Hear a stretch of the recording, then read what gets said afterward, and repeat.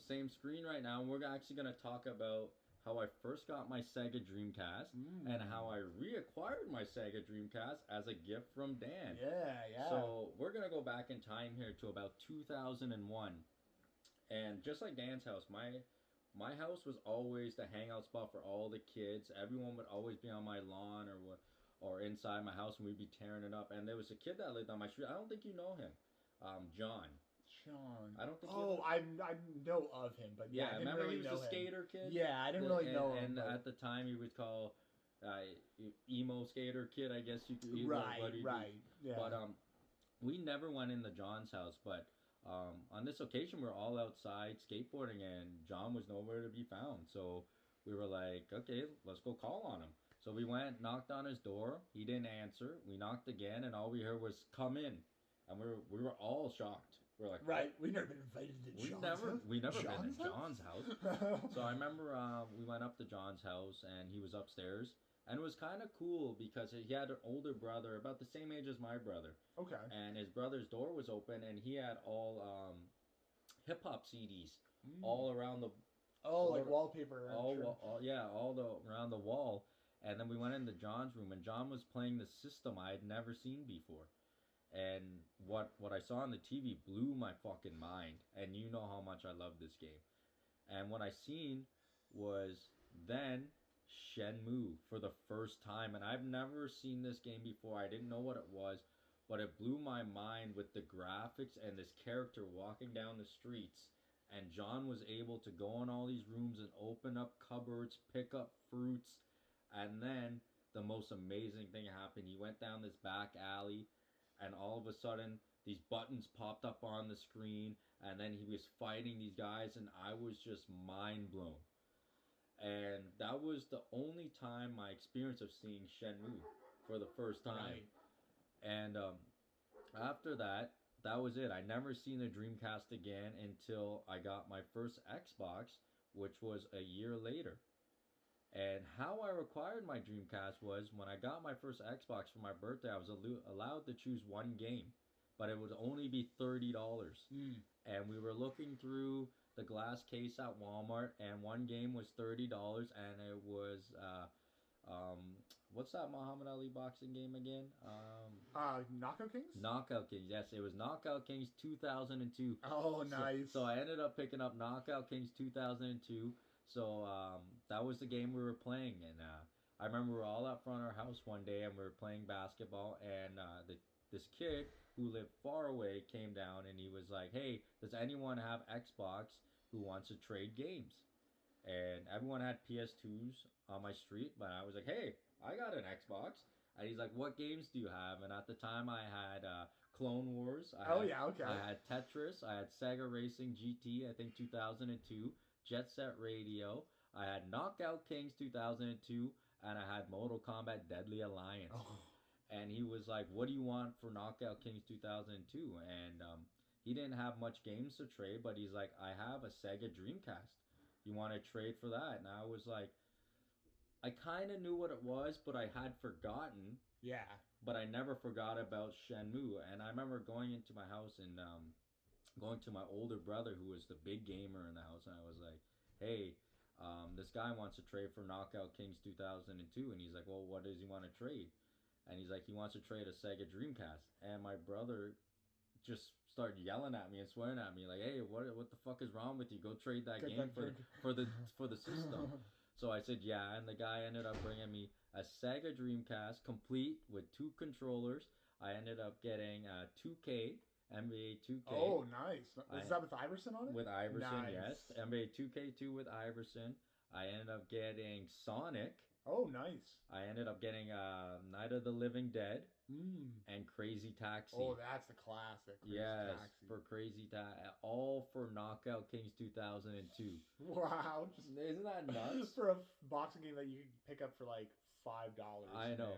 But what happened, like a lot of things in my house, they grew legs and they walked out of the house. And what that meant basically is one of my family members stole my Dreamcast and everything and sold it.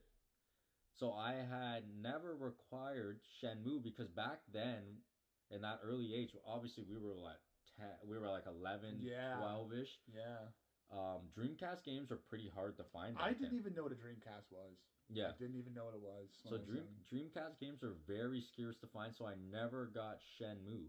But it was always in the back of my mind. And then one day I came home and I was like, "Where's my Dreamcast?" And no one knew what happened to it. I knew who took it. I knew who stole it. But obviously we can't put two and two together. And but my Dreamcast was officially gone, and that ended my dreams finding this dream game that I wanted to play until Christmas one year, and this is where Dan comes in. And how did that? I always wanted to know this story of how did it come to you buying me a Dreamcast for Christmas that year? Oh my God! Well, to be honest, it was a no-brainer.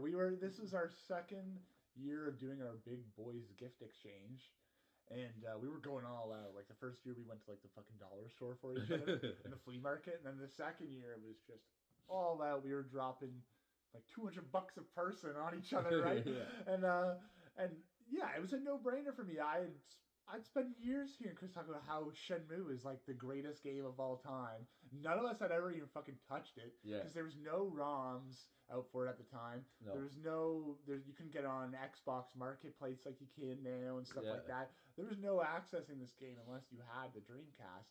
So, and that's the thing, I didn't even know Dreamcast existed when I was young. When I went to buy this thing for Chris, I had no fucking idea how much it was going to cost.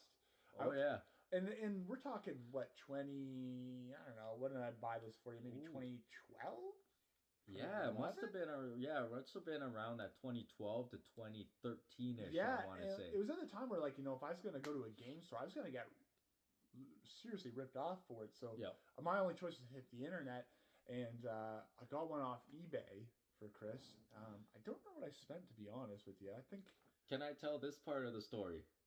It's funny. I remember going to his house one day when we went upstairs, and the man had a Dreamcast. This is leading up to Christmas. Yeah, the man had a Dreamcast in his room, and I was like, "Dude." He didn't say anything though. You just didn't say anything. Oh, okay. I took you up there to show you something on a different console, forgetting I had his fucking Dreamcast I was going to give to him sitting out. Yeah. I literally took you up. I showed you the game. I didn't notice that I had it sitting out. Yes, that's what happened. I didn't notice. Because I seen it then. I wanted to be like, "Oh, dude, you got a Dreamcast." But I kept it quiet because I knew Christmas time was coming. Yeah, he suspected right away that it was for him. But what had happened was that I remember you telling me is that you bought that one and it didn't work. Yeah, I had it out because I was testing it and it didn't fucking work. And I got it off eBay. And now we're talking a couple weeks out. I can't order another one off eBay. It's not going to be there in time. So now I have to hit the stores. So now I hit what is it? Video Time, I think it was. Oh, Video Time. You must have paid up the ass for I don't remember what it was at the time. Thank God I wasn't paying rent back then. But I got the Dreamcast, gifting it to Chris, and we still have the video of that Christmas gift exchange. And I gift one to Chris. Chris opens it, doesn't say anything. And then I'm like, "Oh, I got another surprise for you." And I run upstairs to get the other one, the one that's broken in case he wants it for parts. And you hear on the recording of the video, Chris telling everybody else that's there, "Yeah, I saw the Dreamcast about 2 weeks ago in his bedroom."